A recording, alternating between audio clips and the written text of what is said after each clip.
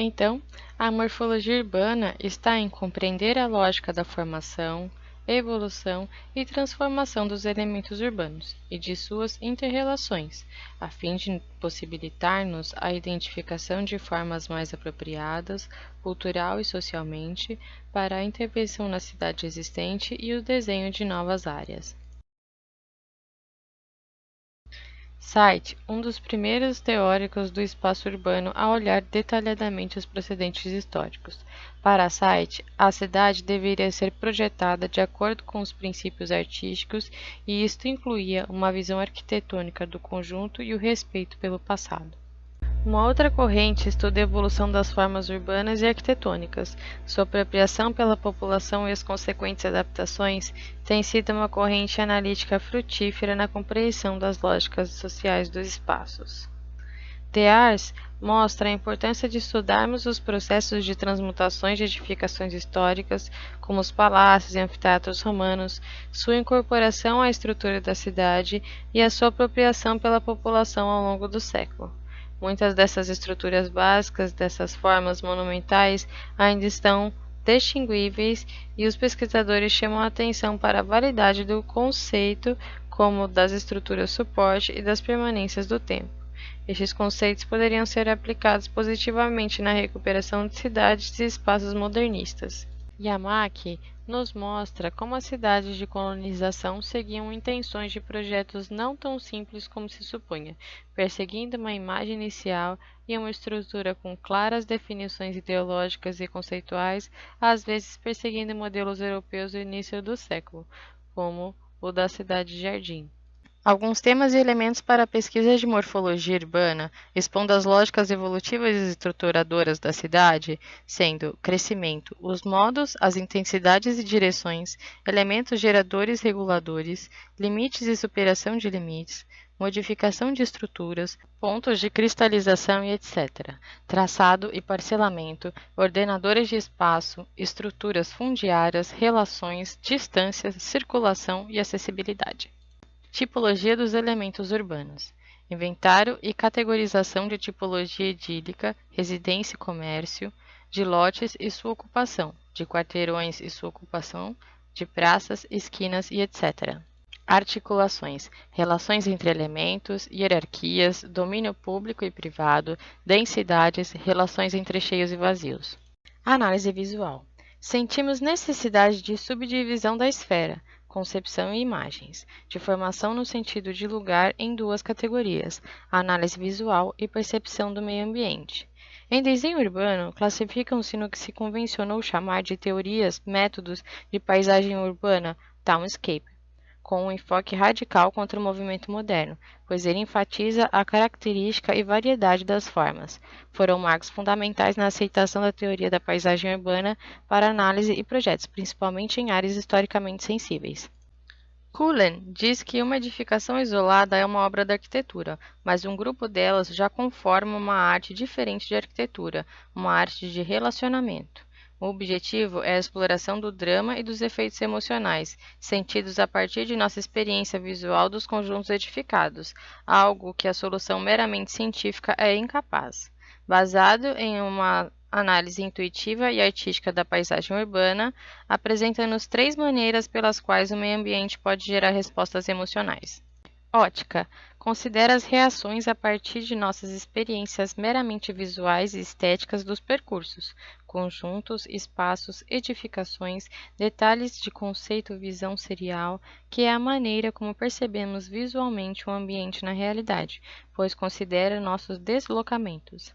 Ele mostra, por exemplo, como nosso percurso por uma rua retilínea e uma arquitetura repetitiva é uma experiência muito menos rica e excitante do que um percurso de uma rua sinuosa e com diversos apelos visuais.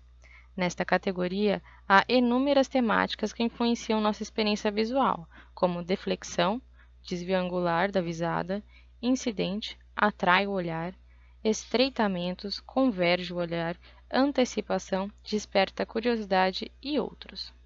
Lugar. Possui um sentido topológico e tem a ver com a nossa posição em relação a um conjunto de elementos que conformam nosso ambiente mais imediato. são muito fortes e empiricamente verificáveis. As sensações de pertencer, de proteção, de territorialidade, de domínio. Algumas das temáticas nessa categoria analisadas pelo autor são, por exemplo, a possessão, ponto focal, recintos, vista, aqui e ali, interno e externo, espaços definidores, etc. Conteúdo.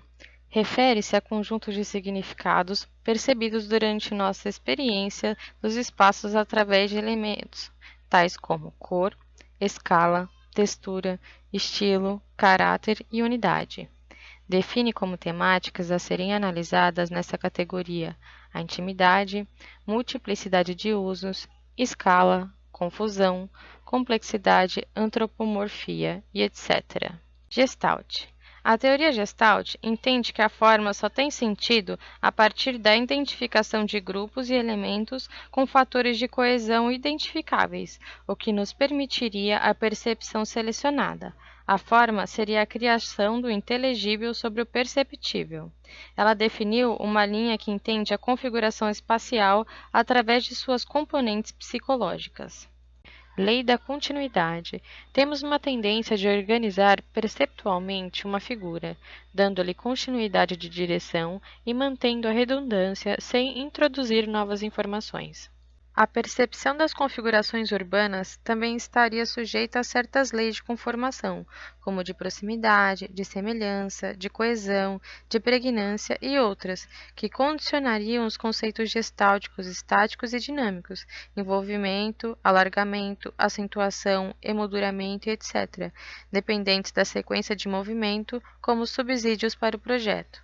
Resumindo, a análise visual busca, através de uma compreensão das mensagens, dos relacionamentos percebidos entre elementos componentes de um conjunto e das emoções que nos transmitem, a lógica condicionadora das qualidades estéticas urbanas. É uma categoria de análise subjetiva, no sentido que depende basicamente da capacidade de observação e interpretação dos pesquisadores, consequentemente permeada por seus próprios sistemas de valores. Percepção do meio ambiente.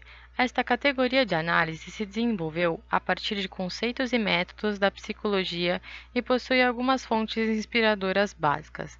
A percepção como instrumento mediador importante entre o homem e o meio ambiente, e a reformular-se o enfoque até então em prática. As qualidades e as necessidades não são mais consideradas absolutamente consensuais, mas variáveis entre grupos, culturas e épocas. O homem se comunica através de um processo cognitivo, que é a construção do sentido em nossas mentes. Esse processo possui fases distintas: percepção, seleção, num curso que nos leva a dois fins precisos, ou seja, ação e memorização. A percepção é, acima de tudo, um processo seletivo, pois nós só percebemos aquilo que nossos objetivos mentais nos preparam para perceber. Além disso, é reconhecidamente um processo visual, pois dentre todos os nossos sentidos, a visão é o mais prevalecente. Portanto, o estudo de percepção ambiental interessa-nos enquanto compreensão das unidades selecionadas para compor uma experiência visual. No desenho urbano, os objetivos principais desses estudos se tornam claros: a identificação de imagens públicas e a memória coletiva. Kevin Lynch expandiu suas fronteiras e analisou a imagem mental que os habitantes viam de sua cidade. Sua teoria gira em torno de três qualidades urbanas, como conceitos de referência: legibilidade, estrutura e identidade e imagiabilidade. Legibilidade. Ele não considera a legibilidade de maneira simplista, pois chama atenção para a necessidade da riqueza de detalhes e significado, reconhecendo, no entanto, o perigo da confusão visual de uma quantidade muito elevada de apelos, interferindo na sua coerência. Identidade, estrutura e significado.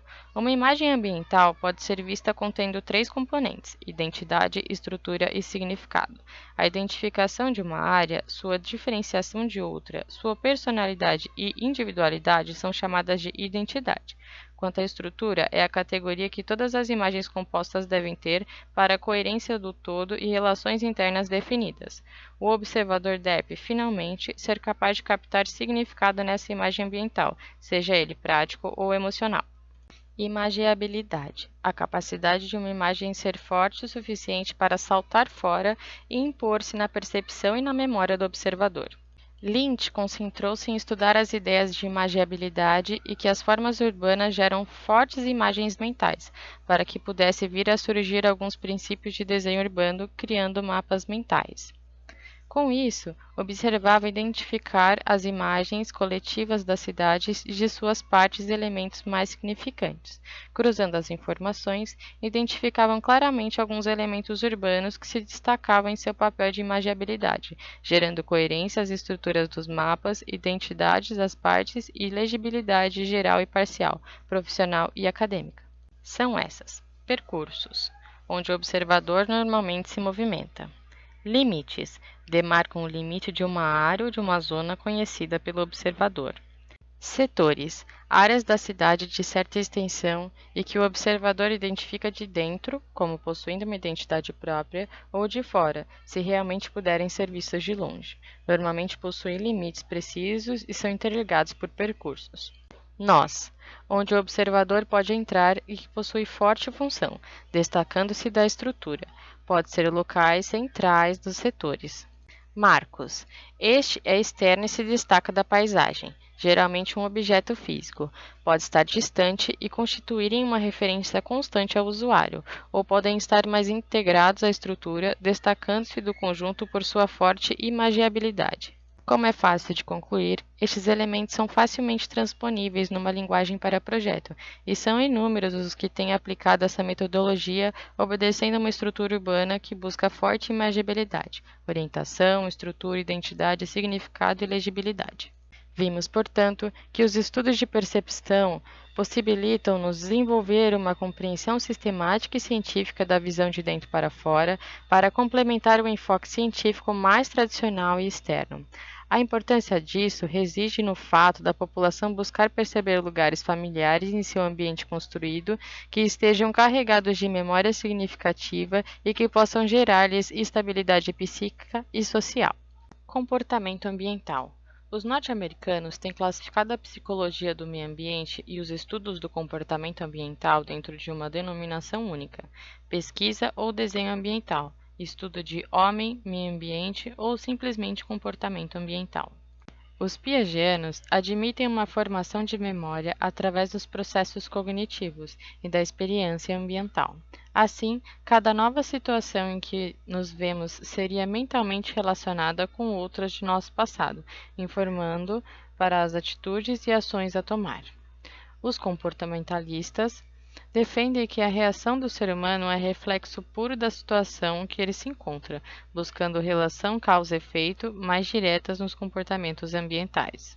Se tratando de desenho urbano, nenhuma teoria particular, suas categorias de análise e seus procedimentos metodológicos podem ser considerados perfeitamente transponíveis de uma área de conhecimento e aplicáveis para a organização físico-ambiental. Interessa-nos justamente a flexibilidade de nossas categorias de análise e sua complementariedade para a organização físico-ambiental do urbano. Partimos da hipótese que, de alguma forma, com alguma intensidade, nosso comportamento e nossas ações são influenciados pelo ambiente físico-espacial que nos cerca. Pode-se dizer que o ambiente age como catalisador. Socialmente, por exemplo, constatamos a importância de conceitos comportamentais como os de espaço sociopetal e sociofugal, em relação a interações sociais. Coordenada por Applewhite, a pesquisa desenvolvida mostrava importantes achados sobre a percepção do espaço da rua e do lar, a territorialidade dos moradores e seu comportamento sobre a influência do tráfego veicular, por exemplo, chegando a propor uma série de medidas corretivas para a promoção de ruas de vivência. Podemos, então, finalizar sugerindo algumas temáticas para a investigação comportamental do espaço para o desenho urbano. Estas investigações podem ser instrumentalizadas através da observação sistematizada, fotografias ou filmes, entrevistas, questionários, mapeamentos e diagramas de uso, estudo de costumes, entre outros. As temáticas de investigação podem ser classificadas em 4 grupos principais, sendo essas as sequências comportamentais, série de comportamentos pelo mesmo usuário ou grupo de usuários durante um determinado percurso ou evento, palcos de ação, contexto em que se dá o comportamento e ambientes comportamentais, condições físico-espaciais específicas do comportamento. Atividades específicas. Investigação de onde e como ocorrem usos ou ações específicas, em percursos ou num espaço determinado, como atravessar a rua, formar fila, conversar, vendas de ambulantes e etc. Territórios. Distâncias e espaços delimitados com espaços de defesa ou com sua privacidade controlada por um indivíduo ou um grupo e os usos envolvidos neles. Os estudos dos comportamentos ambientais conformam pesquisas profícuas em outros países, principalmente no campo da arquitetura, como vimos. Seu potencial para informar sobre a dimensão urbana através dos espaços imediatos aos conjuntos edificados e às praças ou ruas é enorme, conforme afirma Guel. A vida no interior das edificações e entre as edificações parece ser muito mais essencial e mais relevante do que os próprios espaços e edificações. Capítulo 6. Desenho urbano por temáticas específicas.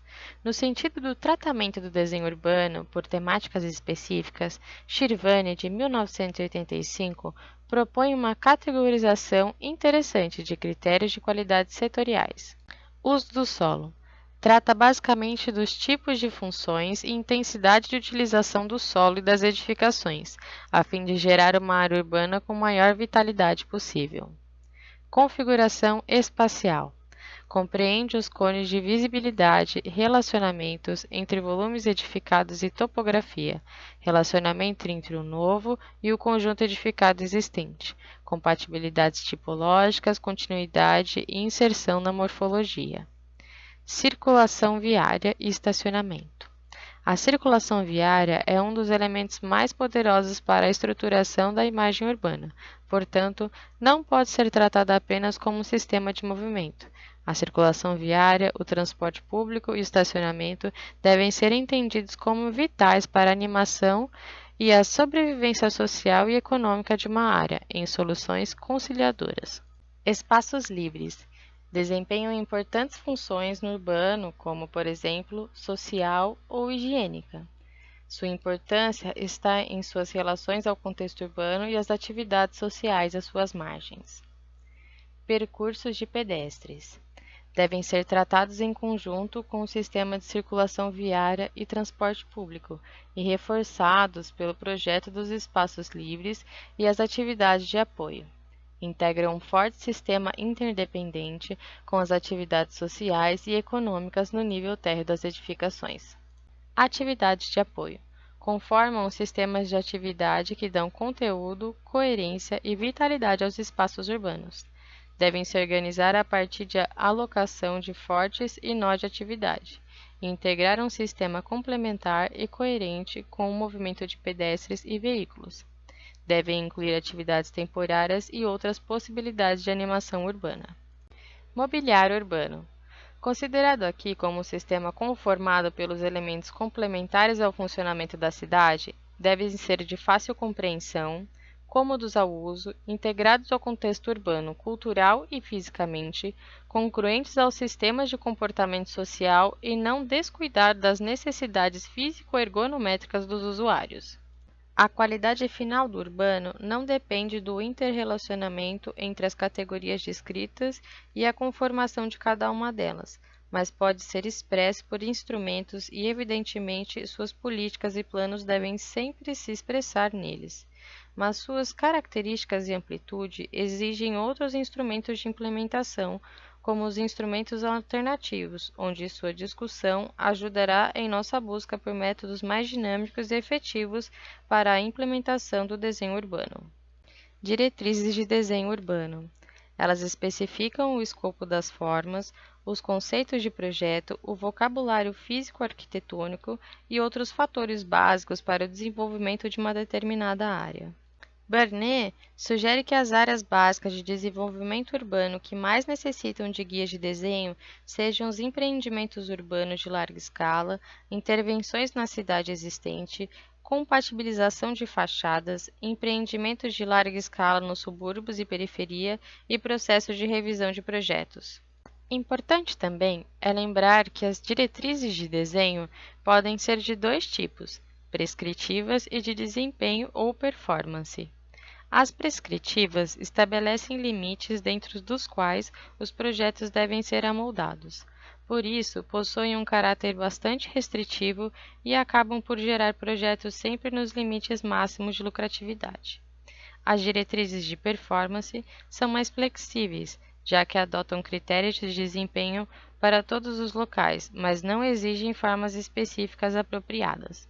Como alguns exemplos, temos a Prefeitura de Baltimore, Estados Unidos, desenvolveu diretrizes de desenho urbano para as áreas sensíveis do bairro de Fells Point.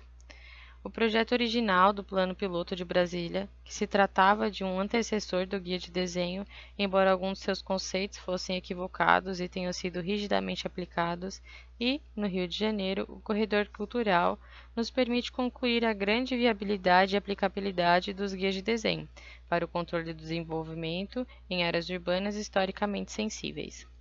Pacotes de desenho urbano. Os pacotes são aplicados a áreas de menores dimensões.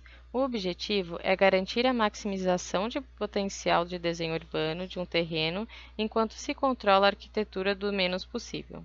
Os pacotes são largamente aplicados para contextos em que a nova edificação precisa atingir a melhor integração possível com os elementos do entorno, determinando condições especiais de edificação, como localização das entradas sociais, as saídas de serviço, acesso para veículos, localização de pátios de carga e descarga, localização de marquises, tipo e localização de atividades no térreo, elementos construtivos, acessos públicos visuais através do terreno, amenidades públicas, etc. Zoneamento de incentivos. O zoneamento de incentivos prescreve uma negociação entre o empreendedor e o poder público, que permite exercer os limites estabelecidos pela regulamentação urbanística em troca de um tipo de amenidade pública. A regulamentação urbanística deve prever uma flexibilidade em certas áreas da cidade.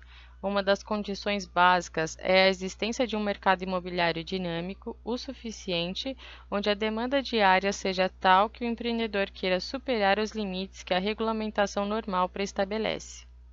Entre as amenidades públicas, como objeto de negociação, os mais comuns são espaços ou praça pública, servidões, proteção divisadas através da área, marquises, alargamentos de calçada, estacionamento público, determinados usos públicos, culturais ou sociais, arborização e etc.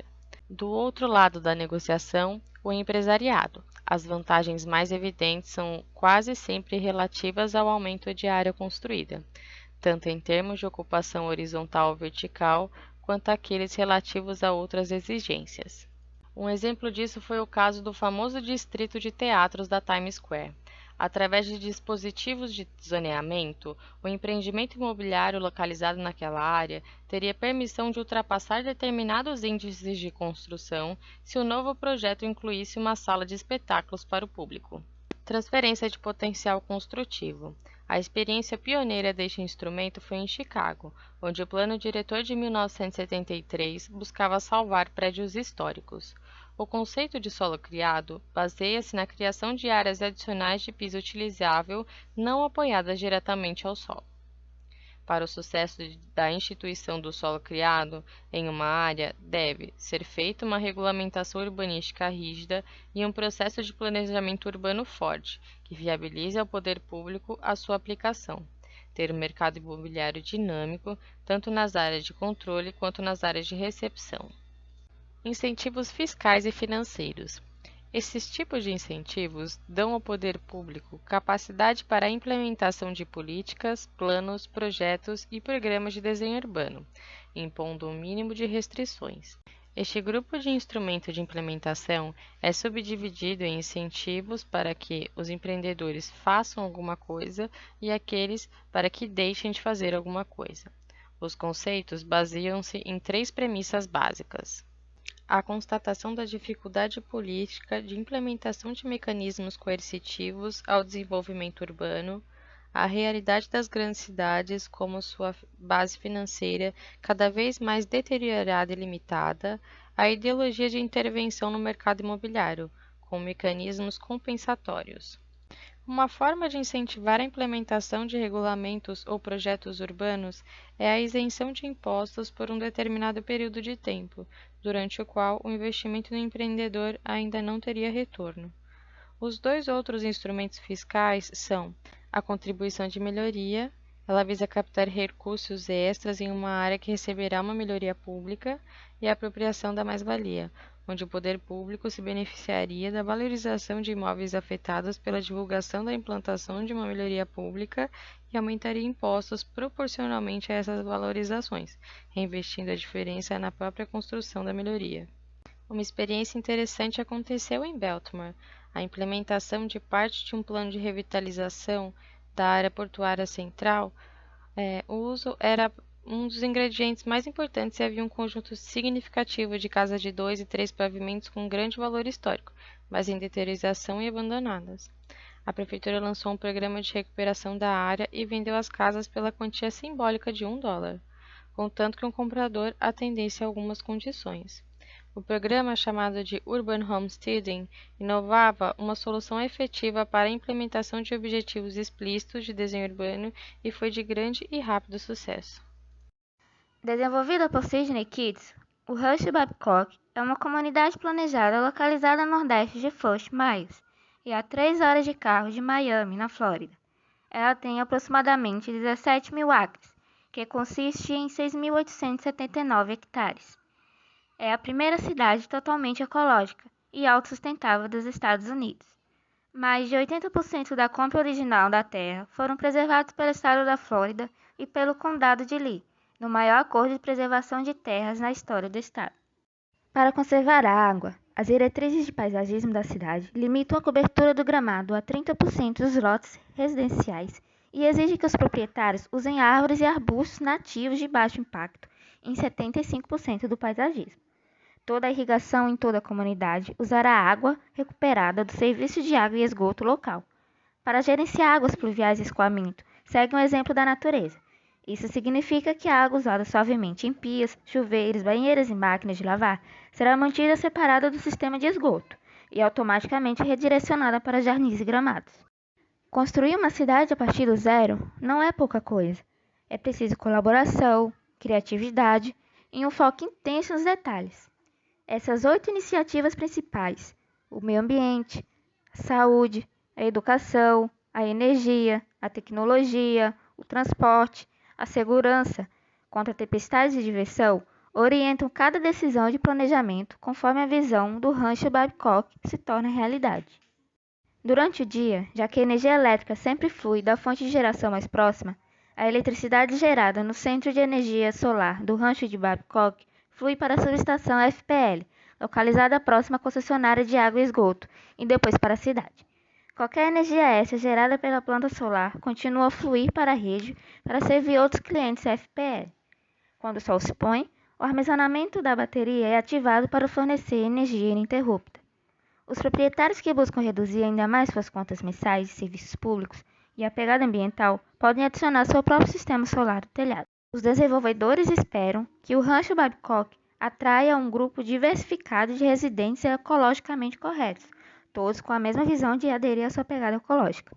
Os bairros e casas são planejados e os valores vão de acordo com o modelo proposto. O Rancho Babcock não foi projetado exclusivamente para pessoas ricas. Em vez disso, há um lar na comunidade para todos. Os preços começam em aproximadamente $190.000 para pequenas casas de 3 quartos, mas podem rapidamente chegar a $750.000 para uma propriedade maior e mais bem equipada. Com toda a tecnologia, levantou questões de como evitar depender dos métodos tradicionais de geração de eletricidade. Sua característica mais marcante é depender 100% da energia solar, possuindo o maior campo de geração de energia fotovoltaica do mundo, com 343 mil painéis expostos ao longo de 350 acres, totalizando 200 campos de futebol. O Rancho Babcock tem uma rede inteligente integrada que permite aos residentes monitorar e controlar seu consumo de eletricidade. As lojas, escolas e serviços foram pensados para que sejam de fácil acesso por meio de uma rede de trilhas extensas para caminhadas e ciclismos. Os moradores e visitantes podem usar o sistema de transporte compartilhado para alugar bicicletas e explorar as cidades e seus caminhos por meio de áreas verdes. Para aqueles que precisam ir mais longe, Os desenvolvedores imaginam um sistema de transporte público que usa carros elétricos sem motorista sob demanda. O uso dos recursos disponíveis na propriedade é outra parte da sua sustentabilidade. A agricultura local fornece produtos para a produção de alimentos e bebidas. Muitos dos ingredientes são produzidos lá através da horta comunitária da cidade, onde os moradores podem cultivar a fazer o uso da mesma. As árvores solares na Praça dos Fundadores e em outros parques da vizinhança são um ponto focal para a educação em energia solar, ao mesmo tempo que servem como estações de recarga para os residentes ligados